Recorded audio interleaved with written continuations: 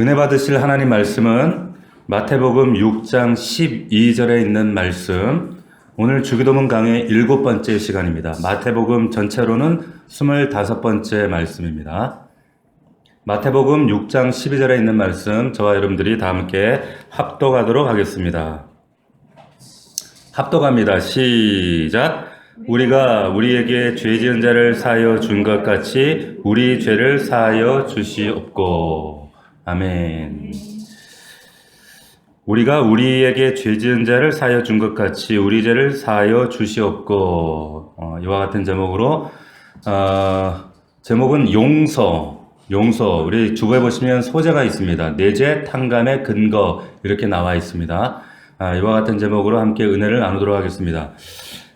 오늘 우리가 같이 생각해 볼 이 기도 이제 중반을 넘어서고 있는데, 우리가 우리에게 죄 지은 자를 사하여 준 것 같이 우리 죄를 사하여 주십시오. 참 설교자에게도 힘든 주제고 듣는 여러분들에게도 참 부담이 되는 그러한 부분입니다. 참 자신 없는 부분이다라는 생각이 듭니다. 초대교회 그 교부였고 철학자였던 그 어거스틴이 이 주기도문의 이 부분에 이르러서 주기도문에서 가장 잔인한 부분이다 이런 얘기를 했어요. 가장 잔인한 기도라는 거예요. 왜? 우리가 우리에게 죄 지은 자를 사하여 준 것 같이, 이게 잔인하다는 겁니다. 왜 잔인하다고 했을까요? 쉽지 않아요. 우리가 평생 살면서 나에게 상처 주고 내 등에 칼 꽂고 이런 경험들 얼마나 많이 있습니까? 이런 사람을 말이 쉽지 이거 용서한다는 게 이게 쉬운 일이 아니거든요. 어렵습니다. 너무나도 어려운 걸 요구하시기 때문에 잔인하다 그랬어요. 어거스틴이 그렇게 얘기를 한 겁니다. 우리 찬송가 635장에 보면 주기도문 그 찬송이 있습니다. 635장에 보면 어떤 이제 극단적인 분들은 이 635장 찬송가를 부르면 안 된다 이렇게 얘기하시는 분들이 있어요. 왜 그런가 하면 그 635장에 보면 우리가 우리에게 죄 지은 자를 사하여 준 것 같이 라고 하는 이 부분이 삭제되어 있습니다.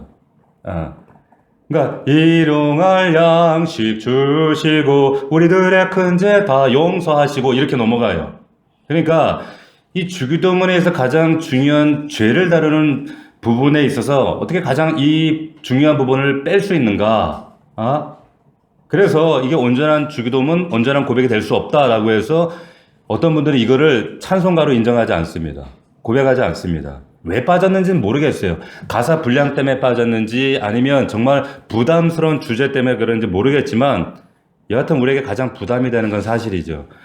그만큼 내가 남을 용서한다라고 하는 이 우리 신앙생활에 있어서 용서라고 하는 게 굉장히 중요한 의미다라고 하는 거 우리가 알 수가 있죠. 그도 그럴 것이 우리 주기도문 오늘 이 본문의 마지막 끝나고 나면 아멘 하고 나서 그 다음에 여러분 그 6장 14절 15절을 보면 주님께서 이런 말씀을 하세요. 6장 14절 15절입니다. 같이 한번 읽어볼까요? 시작. 너희가 사람의 잘못을 용서하면 너희 하늘 아버지께서도 너희 잘못을 용서하시려니와 너희가 사람의 잘못을 용서하지 아니하면 너희 아버지께서도 너희 잘못을 용서하지 아니하시리라. 자, 예수님께서 요즘 말로 하면 다시 한번 확인사살 해주시는 겁니다. 타인 용서에 대한 이 부담감, 이 말씀 때문에 굉장히 큰 게 사실이에요. 그래서 자, 그런데 제가 오늘 여러분들에게 먼저 전제로 말씀드리고 싶은 것은 뭐냐면 이 기도에 대한 오해를 풀고 싶은 겁니다.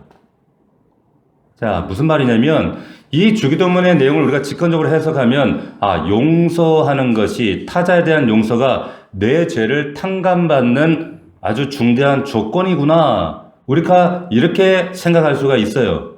그렇죠? 문자 그대로 보면. 그래서 제가 주보에도 보시면 소제목을 이렇게 붙여놓은 거예요. 용서, 내죄 탕감의 근거. 내죄를 탕감받는 근거 이렇게 제가 적어놓은 거예요.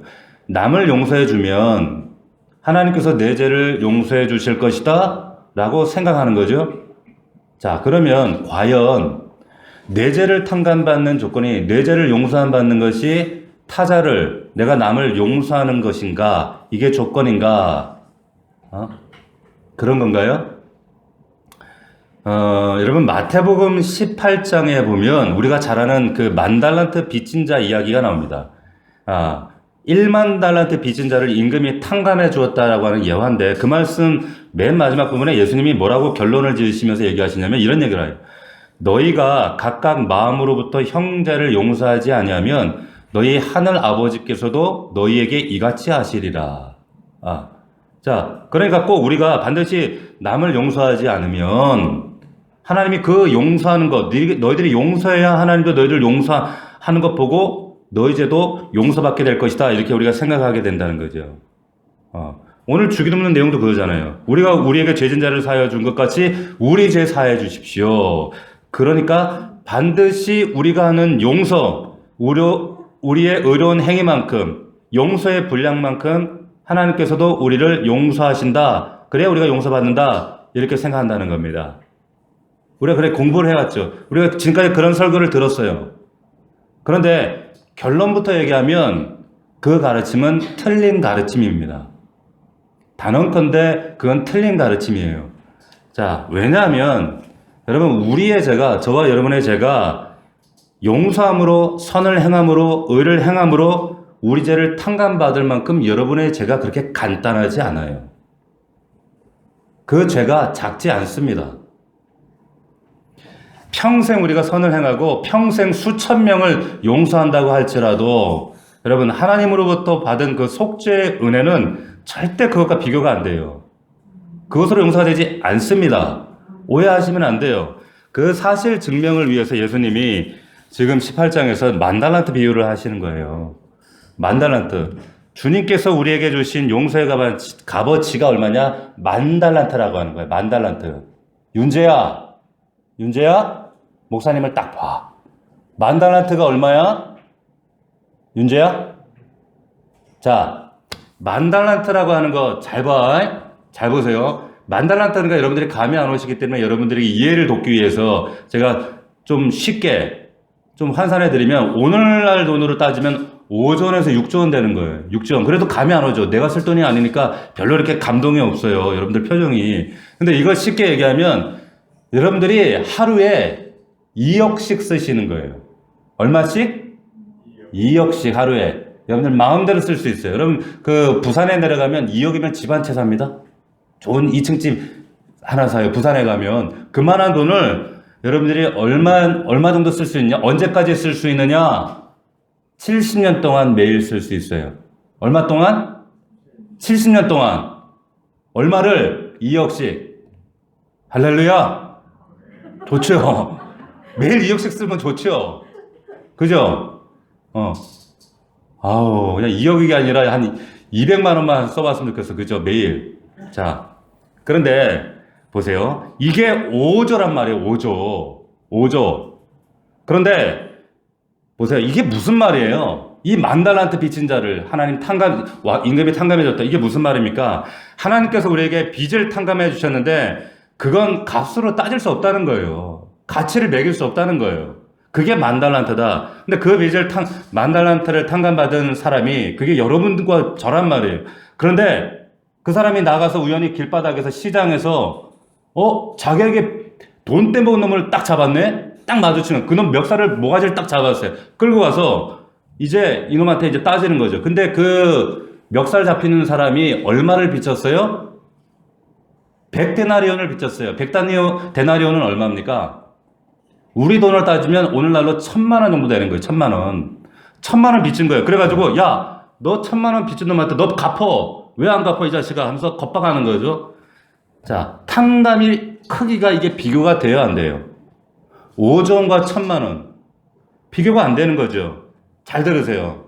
윤재야, 고개를 들고 목사님을 봐. 목사님 눈에서 네 눈을 떼지 마. 자, 이해가 되든 안 되든 나중에 크면 니네 다 이해가 되게 돼 있어. 목사님 눈을 떠. 눈 떠. 봐, 목사님 봐. 목사님이 달려야 돼, 지금. 그러니까 목사님 눈을 딱 봐. 브레이크 안 밟도록, 에? 사랑해. 사랑해. 네. 자, 이하나. 목사님 눈을 봐. 딱 봐. 사랑해. 자, 여러분, 이 10,000달란트와 100데나리온, 우리의 의라고 하는 거, 우리 죄를 용서하신 것 같이 우리 죄를 사해 주십시오. 우리의 의라고 하는 거, 우리의 용서라고 하는 거, 하나님께서 우리에게 용서해 주신 그 탕감의 크기는 우리의 의로, 우리의 용서 따위로 도저히 갚아나갈 수 없다는 얘기 하시는 거예요. 갚을 수 없어요. 그거를 10,000달란트 비유로 말씀해 주시는 겁니다. 근데 주기도문 이렇게 나오죠. 근데 오해를 해요. 우리 머릿속에 왜 그런 오해를 하냐면 우리는 머릿속에, 삶 속에 대조표가 꽉 차 있어요. 그렇기 때문에 이게 너무 익숙하다 보니까 용서한 만큼 용서받는다. 이렇게 쉽게 생각하는 거예요. 단순하게. 오해입니다. 오해예요. 여러분, 여러분들이 들어보셨을지 모르겠는데 정서통장이라는 말이 있어요. 정서통장. 이게 무슨 말이냐면 어떤 카트만이라고 하는 이론인데, 사람의 이론인데 3,000쌍의 부부를 연구를 했어요. 표본조사 결과를 딱 뺐어요. 빼서 보니까 행복한 부부는, 건강한 가정은 이런 표본조사에 의해서 이런 결과가 있더라. 특징을 봤어요. 특징을 보니까 어떤 특징이냐? 언어가 건강하다는 거예요. 근데 그 언어가 이 정서통장, 이모셔널 뱅크 어카운터, 여기에서 이 정서통장이라는 곳에 이 우리의 건강한 정서가 담겨져 있는데, 긍정적인 표현을 할 때는 하나씩 올라가요. 잔고가. 하나씩 올라가요. 그런데 반대로 비하하거나 부정적이거나, 이게 남편이든 아내이든 자녀에게든 모든 가정에 다 적용되는 겁니다. 그런 비하 표현을 할 때는 이것이 5개씩 차감이 된다는 거예요. 이게 정서통장인데, 그러니까 부정적인 표현을 한마디 하면 이것을 벌충하기 위해서는 5배가 차감되기 때문에 5배의 긍정적인 언어를 다시 표현을 해야 된다는 말이에요. 이게 카트만의 이론인데, 자, 그러니까 우리가 가정에서도 얼마나 건강한 언어를 사용하는 것이 중요한가, 이게 굉장히, 이건 세상 학자들 얘기입니다. 그러니까 평생에 이제 행복한 가정, 그리고 행복한 부부 생활을 해온 그 부부들의 비결을 보니까 언어의 내용이 다르더라라는 결론을 낸 거예요. 근데 혹 부정적인 표현을 한마디 내가 던졌어도, 그래 5번이 차감이 된다 해도 평상시에 통장 잔고에, 정서통장에 그것이 충분히 통장에 쌓여 있는 사람들은 괜찮다는 거예요. 그 정서통장에 충분히 쌓여 있기 때문에. 근데 불행한 가정들을 보면 항상 마이너스라는 거예요. 마이너스 통장. 자, 그렇기 때문에 여러분들이 긍정적인 칭찬과 언어, 격려하는 언어, 이런 언어들을 가족에게 나누는 것이 굉장히 중요합니다. 자, 문제는 제가 왜 이런 얘기를 드리느냐, 이런 대차대조표가 우리가 익숙하다 보니까 우리의 죄의 문제도 통장 개념으로 우리가 이렇게 이해한다는 거예요. 우리가 남을 용서해주면, 남 용서하면 잔고에 의로움이 쌓여서 내 죄가 하나님께로부터 탕감받을 수 있다, 용서받을 수 있다, 이런 식으로 생각을 하는 거예요. 왜? 문장이 지금 그러니까, 주기도문의 문장에, 마태복음 문장이 그러니까. 근데 죄의 문제는 우리의 그런 상식선과 다릅니다. 달라요. 그렇게 대차대조표, 그렇지 가계부 대조하듯이 그렇게 잔고 남듯이 되는 것이 아니라, 그렇게 우리 죄를 생각할 수 있는 것이 아니라, 우리의 죄, 내가 하나님께로부터, 아버지께로 탕감받은 그 분량, 그 은혜는 우리의 의로는 내가 수천 명이 아니라 수십억을 용서한다 할지라도 탕감받을 수 있는 그런 수준이 아니라고 주님이 10,000달란트 비유에서 말씀하시는 거예요. 이해가 되십니까? 자, 그러면 오늘 이 주기도문을 통해서 반복적으로 우리에게 얘기하시고자 하는 그 바른 의미가 뭐냐? 바른 의미가 뭐냐는 거예요. 잘 들으십시오. 물은 위에서 아래로 흐릅니다. 뜬금없이 이게 무슨 말인가? 은혜도 위에서 아래로 흐릅니다. 하늘의 은혜는, 하늘의 가치는 위에서 아래로, 나로부터 세상 아래로 흘러갑니다. 자, 이게 무슨 말인가? 오늘 말씀을 보면 이게 조건절처럼 보이고 문법적으로 조건문처럼 보이니까 용서라는 주제, 조건절, 이런 문법적인 오해를 할 수가 있어요. 그런데 이것이 문법적인 그런 의미를 다 걷어내고 우리가 직역을 하면 이런 거예요. 들어보세요. 하나님께로부터 죄를 용서받은 것처럼 우리도 그렇게 살겠습니다. 말하자면 요청이자 선언문입니다. 자, 따라서 해보세요. 하나님께로부터 이 죄를 용서받은 것처럼 우리도 그렇게 살겠습니다. 시작.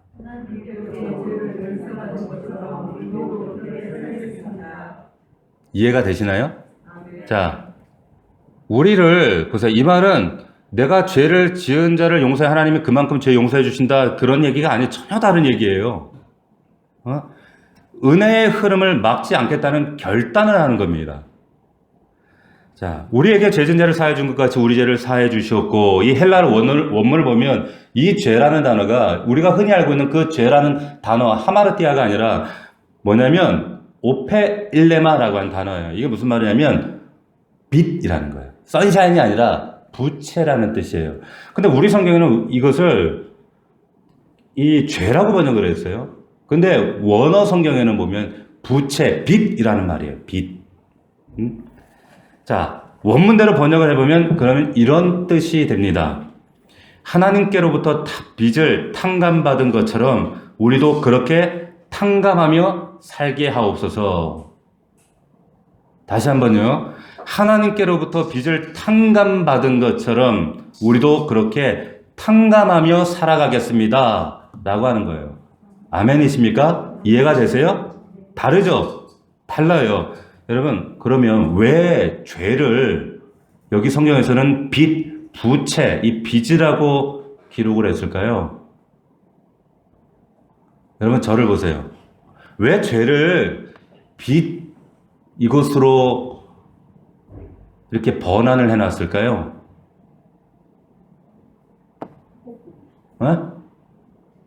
왜 그럴까요? 이 마태복음 저자의 의도가 있을 거 아니에요. 한 가지 이유 때문이에요. 어떤 이유입니까? 부담 때문입니다. 부담이에요. 부담. 여러분, 빚이라고 하는 것은 갚아야 하는 부담이 있는 거예요. 갚지 않으면 이 부담을 견딜 수 없는 거예요. 반드시 갚아야 하는 걸 의미하는 거죠. 돈 꾸고 갚지 않으면 어떻게 되는 거예요? 그걸 죄라고 하는 거예요. 성경은. 죄의 또 다른 정의는 갚아야 할 것을 갚지 않는 게 죄예요. 부담이란 말이에요. 저와 여러분들이 하나님께 너무 많은 것을 받았습니다. 제가 돌이켜보면 하나님께서는 저에게 박 목사에게 주신 것을 제가 하나씩 생각을 해보면, 떠올려보면 너무너무 감사한 것 뿐이에요. 너무너무 감격적인 것 뿐이에요. 너무너무 기적적인 것 뿐이에요. 가정을 주셨죠? 저한테 건강 주셨죠? 멀쩡하게 살아갈 수 있도록 제게 2다리 주셨죠? 가질 수 있는 재정을 주셨죠? 뭐 많지는 않지만. 그리고 재능 주셨죠? 살아갈 수 있는 이 환경 주셨죠? 생명 주셨죠? 하나님께서 다 주신 거예요. 하나님께서 여러분들에게 다 주신 것들이에요. 아멘입니까? 이 말은 뭐예요? 갚아야 한다는 거예요. 갚아야 하는 거예요. 하나님께서 주신 것이기 때문에 우리가 빚진 겁니다. 그 빚은 갚아드려야 되는 거예요. 우리가 받은 것을 하나님께 갚아드려야 되는데, 근데 우리가 어떻게 갚아요? 그 만달한테 어떻게 갚아요? 그런데 하나님께서 갚을 수 있는 방법을 우리에게 배려해 주셨어요. 그게 뭔가 중요한 말씀을 드려요. 그 하나님께서 우리에게 배려해 주신 방법이 여러분들 옆에 가족들과 이웃들을 보내주신 거예요. 아멘입니까? 이웃들을, 여러분 이거 굉장히 중요한 영적 원리입니다. 갚을 수 있는 유일한 영적 원리가 뭐냐? 내가 하나님께로부터 받은 그 은혜, 하나님께 빚진 그것들을 내 옆에 있는 가장 가까운 사람들에게 매일매일 갚아가도록 하시는 거예요. 이게 성경의 원리예요. 영적 원리예요. 우리의 마음 가지고, 사랑의 그 주님의 마음을 가지고, 주의 심령 가지고 이웃에게 하루에 조금씩 갚아가도록, 이게 위로부터 나로부터 이웃에게 흘러가는 이 은혜의 흐름을 막지 않는 거예요. 그래서 제가 은혜는 위로부터 아래로 흐릅니다. 이렇게 말씀드린 거예요. 자, 그리스도인들이 하나님께 탕감받은 자들이다라고 하는 삶의 자세를 갖는 겁니다. 그 태도를 견지하는 거예요. 그렇기 때문에 하나님과 이웃과 나와의 관계, 이것보다 정확하고 정말 두려운 정확한 이야기가 없습니다. 하나님으로부터 우리가 모든 걸 받았기 때문에, 그래서 지금 오늘날 우리가 누리기 때문에 빚진 자로서 우리 이웃들에게 갚아야 됩니다. 이웃에게 갚지 않는 것 죄입니다. 죄 짓는 거예요. 자, 그래서 지난주에 오늘 우리에게 일용할 양식 그 말씀을 나누면서 내 배를 채우기 위한, 오늘 내 피로를 채우기 위한, 살 만큼을 위한 양식이 아니라 그건 뭐예요? 베풀기 위한 양식이다. 흘려보내는 겁니다. 용서도 마찬가지예요. 용서도 그 은혜의 부담으로 나를 통해 흘려보내는 거지 내가 율법적으로 하는 게 아니라는 거예요. 여러분, 신앙생활을 하다 보면 이런 분들을 가끔 만나요. 목사님, 내가 다른 놈은 몰라도 그 놈은 절대 용서가 안 돼요. 세상 내가 다 용서해도 그녀는 절대 용서 못해요. 눈에 흙이 들어가도 못해요. 얼마나 나한테 아픔을 주고 눈물을 주고 나에게 수많은 칼을 꽂았는지. 그런 분들이 있어요. 그런 분들이 있어요. 근데 그 말은 이렇게도 해석이 되는 거예요. 다른 사람이면 몰라도 나는 하나님 앞에 용서받을 수 없어요. 세상 모든 죄인 다 용서해도 나는 하나님 앞에 용서받을 수 없어요. 그 말이 되는 거예요. 지나친 해석입니까? 아니에요. 여러분, 이 주기도문 오늘 이 12절, 이 전체 말씀은 안 믿는 불신자들에게 하신 말씀이 아니라 지금 믿음의 공동체, 제자 공동체에 지금 1차적으로 가르치신 말씀입니다. 제자 공동체는 오늘날 뭐예요? 뭡니까? 교회 구성원들이에요. 저와 여러분들입니다. 믿는 자들이 대상이란 말이에요. 그런데 이게 공동체의 성격을 가지다 보니까 이 교회 안에서도 얼마나 문제가 있어요. 죄도 있고 범죄도 있고 상처도 있고 아픔들이 있단 말이에요. 갈등들이 일어납니다. 근데 그때 그 상황을 용서할 수 있고 그것을 해결할 수 있는 로드맵을 그 마태복음 18장에 보면은 이렇게 설명을 해놨어요. 자, 우리 한번 가봅시다. 마태복음 18장으로 한번 가보겠습니다. 자, 우리 교회 안에서 범죄하는 문제가 생겼을 때, 어려운 문제가 생겼을 때, 죄의 문제가 발생했을 때, 공동체를 깨뜨리는 심각한 문제가 발생했을 때 어떻게 하는가? 이렇게 설명합니다. 18장 15절에 보면, 자, 우리 같이 한번 읽어볼까요? 18장 15, 16절 시작. 내 형제가 죄를 범하거든 가서 너와 그 사랑가만 상대하여 권고하라. 만일 들으면 내가 내 형제를 얻은 것이요 만일 듣지 않거든 한두 사람을 데리고 가서 두세 증례 입으로 말마다 확증하게 하라. 자, 첫 번째, 두 번째, 세 번째 설명인데 첫 번째 방법이 뭐냐? 1대1로 만나는 겁니다. 되게 그래서 목자가 만나든 아니면 목사가 만나든 사모가 만납니다. 그리고 두 번째, 두세 사람이 또 갑니다. 이런 거를 딱 두 번만 할까요? 아니요. 실제로 교회는요, 이런 방법을 수도 없이 합니다. 수년 동안 이런 방법으로 권면하고 권고하고 돌아오도록 해요. 자, 그런데 왜 그렇게 하는 거예요? 그 범죄한 사실에 대해서 뼛속에 사무치도록 깨닫고 회개토록 뼛속 깊이 반성하도록 하는 게 목적이에요. 그리고 하나님 앞에 돌이키고, 입으로만 아이고 잘못했네요 이것이 아니라 철저한 고백, 돌이킴을 권고하신 이게 그래서 교회 안에는 권징이라는 게 있어요. 권징. 돌이키지 않으면 권징을 해요. 자, 여러분 그 10여 년 전에 그 송혜교 씨가 나온 오늘이라고 하는 영화가 있었어요. 근데 이 영화가 용서라는 주제로 만들어진 영화인데 이렇게 좀 진중한 그 주제는 별로 흥행을 못해. 흥행이 실패했어요. 근데 굉장히 여러분들이 볼만한 미란과 같은 그런 존돈이 그 출연했던 미란 같은 그런 관점과는 또 다른 주제인데 용서라는 주제를 다루고 있는데 거기에 송혜교가 그 약혼자가 이제 뺑소니 사고로 약혼자가 죽습니다. 죽어요. 근데 송혜교가 극중에 카톨릭 이제 신자인데 그 신앙인이다 보니까 아이의 미래를 생각해서 또 수녀님이 막 권해. 용서하라. 그래가지고 용서를 합니다. 근데 그리고 이제 그 용서하고 자기 상처를 다스리기 위해서 다큐멘터리 PD인데 용서라는 주제로 이제 그 다큐멘터리를 찍으러 다니는 거예요. 용서한 사람, 용서한 현장 거기 찾아다니면서 카메라 들이대고 인터뷰하고 다큐를 찍어요. 그러다가 어느 날 끔찍한 이야기를 소식을 전해 듣게 돼요. 그게 뭐냐면 자기가 조건 없이 용서했던 그 고등학생이 다시 사람을 죽였다는 얘기를 듣게 되는 거예요. 다시 사람을 죽였다는 거예요. 그래서 그때 이제 담당했던 형사와 대면에서 맞닥뜨리고 앉아서 얘기하는데 그 형사가 이런 얘기를 합니다. 뭐라고 하냐면 대책 없는 용서는 죄악입니다. 대책 없는 용서는 죄악입니다. 저는 이 말을 200%, 300% 공감합니다. 여러분, 하나님이 우리에게 베푸신 은혜는, 속죄는 값싼 용서가 아니에요. 대책 없는 용서가 아니에요. 그런 회개를 남발해서 뭐 오늘 회개하면 하나님 용서하니까 뭐 됐지, 그런 수준의 것이 아니란 말이에요. 그래서 한국 기독교가, 교회가 욕을 먹는 거죠. 하나님이 우리를 용서했을 때, 야, 그래, 막 없던 걸로 하자. 선 털고 없던 걸로 해줄게. 이렇게 대책 없이 용서하셨습니까? 아니에요. 그 죄값을 위해서 이 땅에 뛰쳐내려오셔서 십자가의 그 아들을 잔인하게 찢어주시긴 그런 용서였단 말이에요. 누가 그 용서가 공짜라 그래요? 값싼 용서라 그래요? 절대 그렇지 않습니다. 그렇지 않다는 거예요. 대책 없는 용서는 죄악입니다. 형사, 인간의 말이잖아요. 이 형사가 오랜 수사관 생활하면서 수많은 죄인들, 악인들, 범죄인들을 만나면서 뼈저리게 느낀 게 그거였다는 거예요. 대책 없는 용서는 죄악이라는 거예요. 그때부터 이 송혜교가 완전히 눈빛이 달라지고 삶의 방향이 달라지는 거예요. 내가 뭔가 큰 실수를 했구나. 내가 잘못을 했구나. 내가 오히려 그 고등학생을 범죄 구렁텅이로 내가 밀어넣은 거구나. 나의 자비가 대책 없는 자비였구나. 라는 고백을 하게 되는 거예요. 여러분, 한번 곰곰이 생각해 보세요.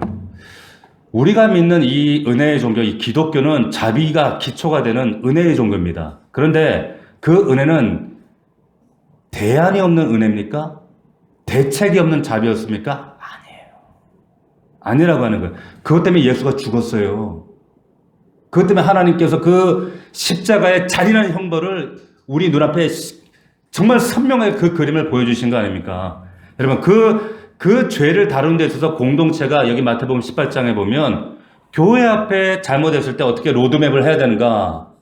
왜 이렇게까지 우리가 철저히 해야 되는가? 이것이 죄를 다루는 공동체, 교회의 방법이라는 거예요.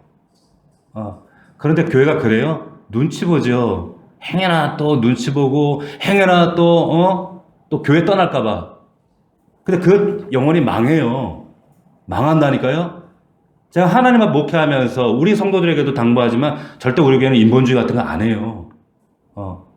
영혼 살리는 게 먼저지, 사람 마음 얻어가지고 우리 교회가 뭐 사람 모으는 곳입니까? 우리 교회는 그렇지 않단 말이에요. 자, 그런데 이런 얘기들을 18장에 하고 있을 때 베드로가 깜짝 놀라는 거예요. 그래서 메시지 하나를 드러냅니다. 18장 21절에 보면, 보세요. 그때 베드로가 나와 이르되, 주여, 형제가 내게 죄를 범하면 몇 번이나 용서해 주리까? 7번까지 하리니까? 충격을 받은 거죠. 아니, 이렇게까지 엄격하게? 근데 몇 번 용서해야 됩니까? 자, 보세요. 당시 사회 분위기 속에는 이 용서에 대한 삼진 아웃 제도가 있었어요. 무슨 말이냐면, 당시에 어떤 사람이 죄를 범하면, 과실을 하게 되면, 적어도 3번까지는 용서해 줘야 된다. 그래야 의로운 사람이다. 라고 하는, 그래야 인정받을 수 있는 사회적 분위기가 있었습니다. 자, 그게 당시의 율법사회의 질서였어요.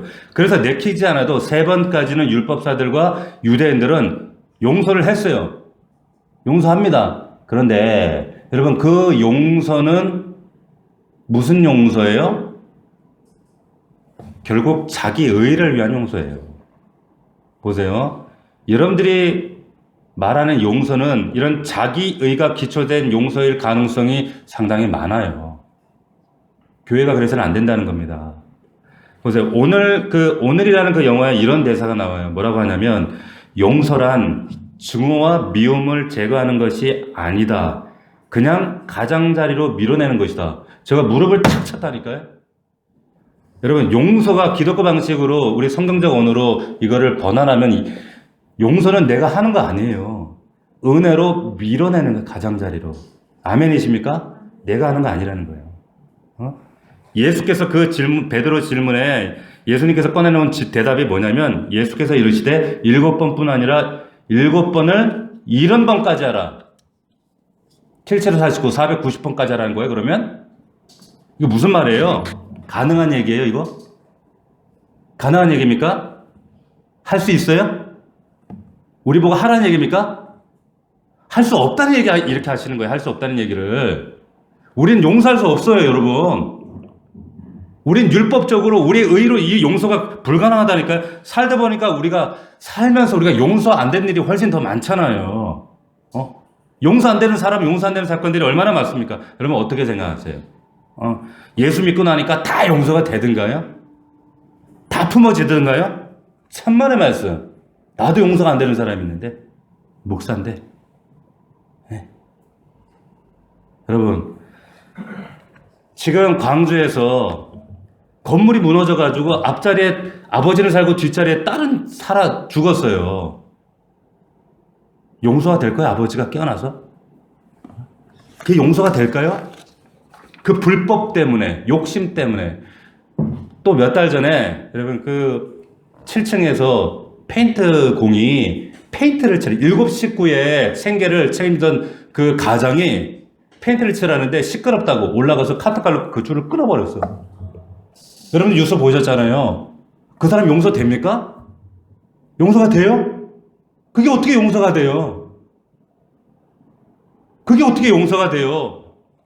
70번에 7번이 아니라 한 번도 용서가 안 되는데 그거 어떻게 용서가 돼요? 용서해 겪어봤어? 당해봤어요? 어떻게 우리가 삼자가 그런 얘기 쉽게 할 수가 있어요? 그럴 수 없어요. 용서는 할 수 있는 게 아니라니까 우리 힘으로 내 의로. 오늘이나 영화에 보면 이런 얘기가 대사가 나와요. 용서를 강요하는 것은 남의 용서를 훔치고 도둑질을 하는 거라는 거예요. 용서는 훔칠 수 없고 도둑질할 수 없다는 거예요. 강요할 수 없다는 거예요. 용서가 내가 노력해서 용서가 된다면 그게 용서입니까? 의지, 율법이지. 그럴 수 없다는 겁니다. 성경은 그걸 일관적으로 얘기하는 거예요. 오해하지 마시라는 거예요. 여러분 다시 한번 말씀드리지만 하나님의 은혜가 위에서 아래로 흐르는 것처럼 용서는 흘러가야 되는 거예요. 아멘이십니까? 용서 안 되면 그냥 놔두세요. 놔두시는 거예요. 용서가 숙성될 때까지 그냥 놔두시면 돼요. 애쓰지 않아도 돼요. 그냥 여러분들 안에서 은혜라는 물이, 그 십자가의 은혜라는 물이 내 안에 흘러 들어와서 용서가 내 안에서 밀려 나가도록 놔둬야지 강요한다고 되는 게 아니에요. 왜 내가 겪지도 않은 일을 막 함부로 용서해라 그래서는 안 된다는 겁니다. 용서하지 못하는 그 증오, 미움, 이거는 내 노력으로 걷어내는 것이 아니라 은혜라는 물이 흘러 들어와서 밀어낼 때 가능해요. 그러니까 억지로 안 하셔도 됩니다. 억지로 안 하셔도 돼요. 율법적으로 하는 오히려 그것은 하나님 은혜를 오히려 밀어내는 거예요. 용서도 주님이 하시는 거예요. 그 말씀을 하시는 겁니다. 얘기했던 만달란트 얘기하시는 거예요. 보세요. 24절에 보면 18장 24절에 결산할 때에 만달란트 빚진 자 하나를 왔다 그랬어요. 결산하는데 이 만달란트 이 앞에 말씀드렸지만 절대 갚을 수 없는 가치예요. 우리가 그랬단 말이에요. 만달란트 갚을 수 없는 우리는 그런 죄인이었단 말이에요. 그런데 갚을 수 없으니까 성경도 뭐라고 하냐면 25절 보십시오. 갚을 것이 없는지라 그랬어요. 갚을 것이 없는 자들이에요. 갚을 방법이 없는 사람. 이걸 세상 말로 말하면 뭐라 그래요? 갚을 수 없는 사람, 세상 말로 법정에서 뭐라고 하죠? 파산자라고 하잖아요. 영적 파산자란 말이에요. 누가? 저와 여러분들이 영적 파산자였단 말이에요. 도저히 갚을 수 없어요. 영적 파산자. 그래서 도저히 갚을 수 없기 때문에 전적으로 우린 죄인이고 전적으로 타락한 자들이고 도저히 불가능. 이래서 우리가 개혁주의 신앙에서 가장 첫 번째 우리가 툴립이라고 약자를 따는데 토탈 디프로트, 전적 타락한 자들.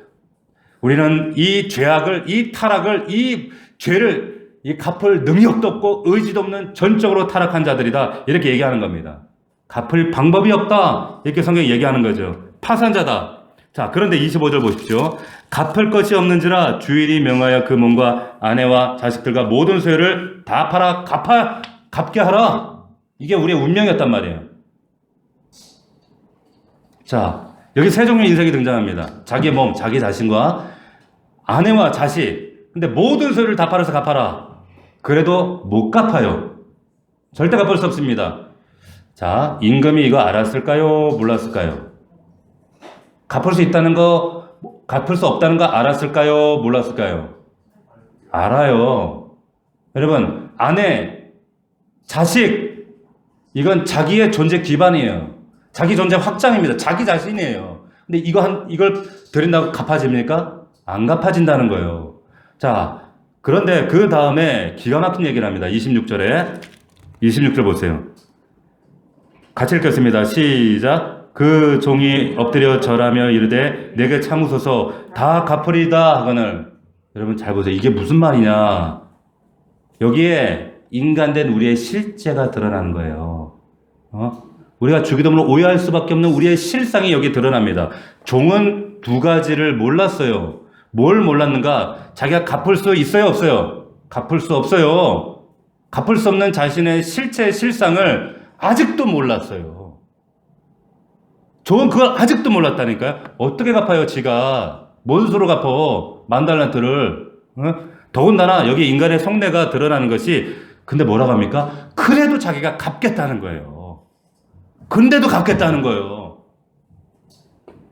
여러분 이걸 뭐라고 하냐면 이걸 인간의 종교심이라고 얘기하는 거예요. 종교심. 내가 열심히 하면은 지극정성하면 갚을 수 있겠지. 그렇게 해서라도 갚겠다는 거예요. 이걸 다른 말로 뭐라고 합니까? 자기의다 얘기하는 거예요. 자기의. 내 의로 갚을 수 있어요?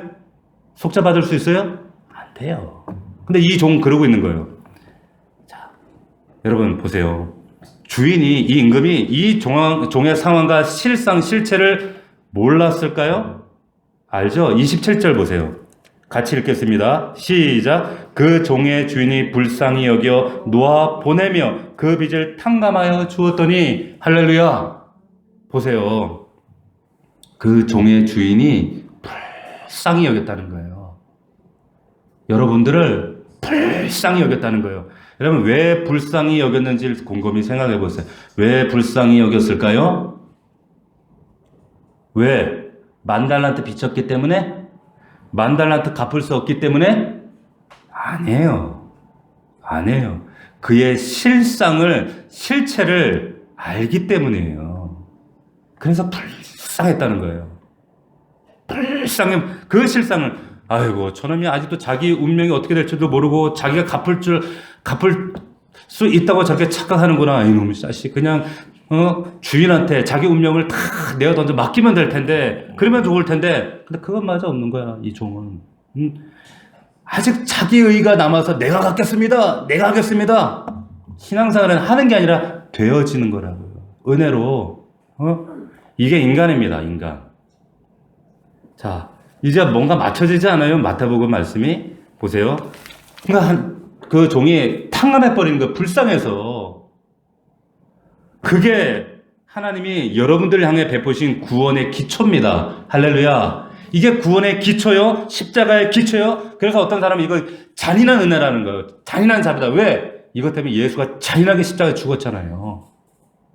그 예수 그리스도가 저와 여러분들을 위해서 잔인하게 죽으신 거예요. 여러분, 탕감받고 나는 이 사람이 시장바닥에 가다가 100단위로 빚진 자를 딱 잡았어요. 너 이놈 자식 갚어, 이놈 자식아. 1,000,000원, 5조 원 탕감받은 놈이 1,000,000원 갚으라고 멱살을 딱 잡은 거예요.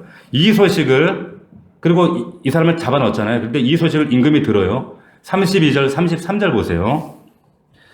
같이 읽겠습니다. 시작. 이에 주인이 그를 불러다가 말하되 악한 종아 내가 빌기에 내가 내 빚을 전부 탕감하여 줄거늘 내가 너를 불쌍히 여김과 같이 너도 내 동료를 불쌍히 여김이 마땅치 아니하냐?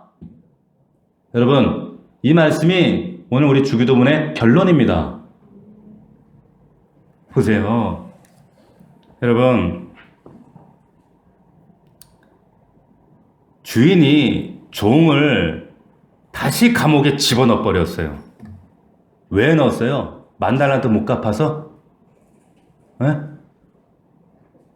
왜 그래요? 불쌍히 여김이 없기 때문이에요. 감옥에 들어간 이유는 10,000달란트 못 갚아서가 아니에요.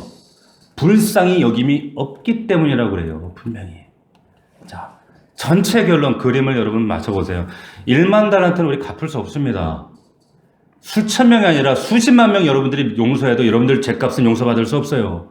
주기도문에 지금 12절 말씀, 그 말씀 얘기, 너희도 용서해라 그 말씀 하시는 게 아니에요. 하나님 은혜와 우리의 용서가 어떻게 비교가 되겠습니까? 이 주기도문의 요청, 이 기도는 그럼 뭘 가리키시는 말씀이에요? 우리는 갚을 방법이 없지만, 갚을 이 길이 없지만, 방법이 없지만, 구원받은 사람과 그 은혜를 경험한 사람으로 하나님의 자녀로서 우리는 뭐 하자는 거예요? 뭐 하자는 겁니까? 불쌍히 여기자는 거예요. 우리도 주님이 그러하신 것처럼 그 예수 그리스도께서 우리를 불쌍히 여기심으로 우리도 그분이 따라가신 그 발자취를 흉내내고 닮아가고 연습하고 따라가자는 그게 목적이 있는 거예요. 말씀을 맺겠습니다. 여러분, 대책 없는 자비나 무개념의 그런 자비가 아니라 반드시 대가를 지불하는 자비였습니다. 주님이 우리에게 가르쳐 주신 지난주에 일용할 양식을 우리에게 주십시오. 이 양식이 우리의 몸을 지탱해주는 육신의 양식이라면 이 용서는 우리의 영혼을 살찌게 하는 영의 양식이에요. 교회는 용서함과 용서함을 먹고 자라는 곳입니다. 교회는 두 죄인만 있어요. 용서하는 죄인이 있고 용서받는 죄인이 있어요. 내가 하는 것이 아닙니다. 그럼에도 불구하고 내가 하는 것이 아니라 무한히 이 큰 은혜를 입은 자로서 우리도 불쌍히 여김으로, 그런데 내 힘으로 안 되기 때문에 하나님 앞에 나와서 울어야 돼요. 울 때 그 은혜 때문에 내가 하는 것이 아니라 그 은혜의 밀어냄으로 내 안에 용서하지 못하는 붕괴된 내 상처들, 아픔들, 이 쓰라림들이 이 은혜 때문에 가장자리로 밀려나도록 하는 거예요. 이게 용서입니다. 이 말씀이 우리가 우리에게 죄진 자를 사하여 준 것 같이 우리의 죄를 사하여 주옵시고의 바른 의미입니다. 이 말씀이 여러분들의 삶 가운데 경험되어지고 체험되어지는 그런 간증의 말씀 될 수 있기를 주의 이름으로 축복합니다. 축복합니다. 기도하겠습니다. 우리 말씀 통해 우리 다시 한번 기도했으면 좋겠는데, 하나님, 여전히 내 상처와 내 안에 있는 연민 붙들고, 그래서 나 사람 싫어요, 사람 미워요, 용서하지 못하고 있는 내 마음들, 하나님, 아직 하나님의 은혜가 내 안에 차지 못해서 그렇습니다. 아버지의 은혜를 경험하지 못해서 그렇습니다. 만달란트 은혜를, 그 분량을 깨닫지 못해서 그렇습니다. 그 은혜가 나를 장악하여 주시옵소서, 나를 지배하여 주시옵소서. 하나님, 내가 용서할 수 있지 않습니다. 하나님의 은혜가 내 안에서, 내 안에 있는 모든 어두운 것들을 흘려보내야 합니다. 아버지, 용서하지 못하는 마음들이 있다면 주의 은혜로 모두 상쇄시켜버리고 모두 흘려보낼 수 있도록 도와주십시오. 아버지 하나님, 하나님께서 그렇게 하실 줄 믿습니다. 도와주시옵소서. 우리 한 목소리로 다 함께 말씀을 기억하며 이 말씀이 내 삶 가운데 실상이 될 수 있도록 도와주시옵소서. 다 함께 기도하겠습니다. 살아계신 아버지 하나님, 감사합니다. 하나님, 그렇습니다. 우리의 삶 속에 하나님, 내 힘으로는 감당할 수 없는 아버지 하나님, 아픔을 줬던, 눈물을 주었던, 내 등에 칼을 꽂았던 많은 사람들, 사건들, 아버지 하나님, 그 안에 무너져서 그것 때문에 하나님 관계도 단절한 채, 예배를 멀리한 채 하나님과의 아버지는 살아있는 영적인 이 신앙생활을 멀리하고 있는 우리 사랑하는 성도들이 얼마나 많이 있습니까? 아버지 하나님, 용서하여 주시옵소서. 아버지 하나님, 정말로 주님 앞에 그 하나님의 은혜가 내 영혼에 강같이 흘러넘쳐서 내 안에 있는 모든 상처와 용서하지 못함과 분노와 증오함들 다 흘려보내게 하시고, 아버지 하나님, 주의 은혜로 다시 한번 회복되는 놀라운 은혜가 있게 하여 주시옵소서. 하나님, 우리가 우리에게 죄진 자를 사하여 준 것 같이 하나님, 하나님께서 우리의 죄를 탕감해 주신 것처럼 우리도 날마다 불쌍히 여기며 탕감하며 살겠노라 다짐하며 결단하는 우리 사랑하는 믿음의 성도들 다 될 수 있도록 아버지 하나님, 은혜를 더하여 주시옵소서. 하나님, 은혜 가운데 붙들게 하여 주시옵시고 우리 성도들 자유할 수 있도록 역사하여 주시옵소서. 하나님께서는 우리 안에 허락하신, 내 안에 허락하신 그 만달란트의 은혜, 십자가의 은혜, 하나님이 은혜를 가졌다면 이제는 더 이상 자기 안에 우물에 갇혀있지 않게 하여 주시옵시고, 하나님, 정말 이웃들을 위하여 날마다 탕감하며 탕감해주며 베풀며 나눌 수 있는 믿음의 종들 될 수 있도록 이 은혜가 내 삶 가운데 흘러넘칠 수 있도록 아버지 은혜를 더하여 주옵소서. 그럼 우리 넘치는 교회가 되게 하여 주시옵소서. 그럼 우리 넘치는 공동체가 되게 하여 주시옵소서. 하나님, 그렇습니다. 우리가 우리에게 죄진자를 사하여 준 것 같이 우리 죄를 사하여 주옵시고, 하나님, 이 말씀이 하나님께서 우리에게 우리의 죄를 탕감해 주신 것처럼 우리도 그 탕감받은 은혜를 불쌍히 여기며 매일매일 탕감해 주며 살겠습니다 라고 하는 그런 우리의 삶의 매일매일의 간증이 될 수 있도록 하나님 은혜를 더하여 주시옵소서. 감사하고 예수 그리스도의 이름으로 기도하옵나이다. 아멘.